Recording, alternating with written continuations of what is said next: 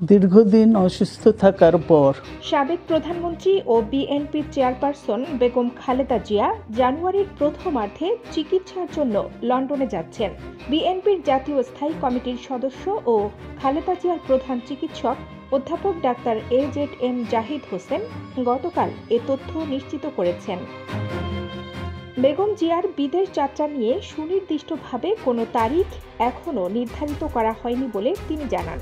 এর আগেও বেশ কয়েকবার খালেদা জিয়ার লন্ডন যাত্রার তারিখ নির্ধারিত করা হয়েছিল, কিন্তু তার শারীরিক অবস্থা ঠিক না থাকায় তারিখ পরিবর্তন হচ্ছে।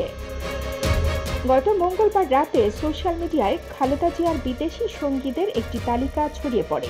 এছাড়া বিভিন্ন মাধ্যমে বলা হচ্ছে বেগম খালেদা জিয়া 7 জন চিকিৎসক সহ 16 সদস্যের একটি টিম নিয়ে চিকিৎসার জন্য আগামী 7 জানুয়ারি লন্ডন যাচ্ছেন। পোস্টে বলা হয় ব্রিটেন ও যুক্তরাষ্ট্রে তিনি চিকিৎসা নেবেন। বেগম খালেদা জিয়ার ব্যক্তিগত চিকিৎসক, কর্মকর্তা, পরিবারের সদস্য এবং অন্যান্য নেতৃবৃন্দ তার সফর সঙ্গী হিসেবে যাচ্ছেন। বিএনপির চেয়ারপারসন বেগম খালেদা জিয়ার চিকিৎসার জন্য লন্ডন যাত্রার যাবতীয় প্রস্তুতি এরই মধ্যে সম্পন্ন হয়েছে বলে জানা গেছে।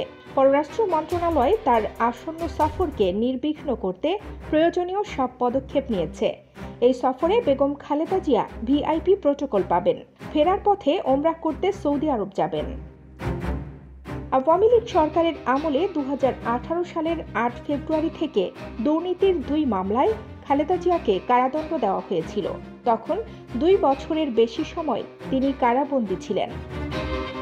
2020 সালের 25 মার্চ আওয়ামী লীগ সরকার নির্বাহী আদেশে খালেদা জিয়ার সাজা স্থগিত করে শর্ত সাপেক্ষে মুক্তি দেয়।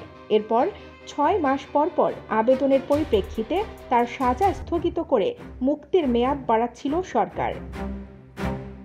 অসুস্থতার কারণে খালেদা জিয়াকে বহুবার হাসপাতালে ভর্তি হতে হয়েছে।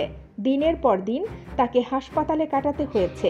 আওয়ামী সরকার তাকে বিদেশ যাওয়ার অনুমতি দেয়নি। পরে দেশি বিদেশি চিকিৎসকদের তত্ত্বাবধানে তার অস্ত্রোপচার দেশেই করা হয়। ছাত্র জনতার অভ্যুত্থানে গত 5 আগস্ট আওয়ামী লীগ সরকারের পতনের পরদিন 6 আগস্ট খালেদা জিয়াকে নির্বাহী আদেশে মুক্তি দেওয়া হয়। 79 বছর বয়সী খালেদা জিয়া আর্থ্রাইটিস, হৃদরোগ, ফুসফুস, লিভার, কিডনি, ডায়াবেটিস সহ বিভিন্ন জটিলতায় ভুগছেন। কানিস্তাতে মানিপা, খবর সংযোগ।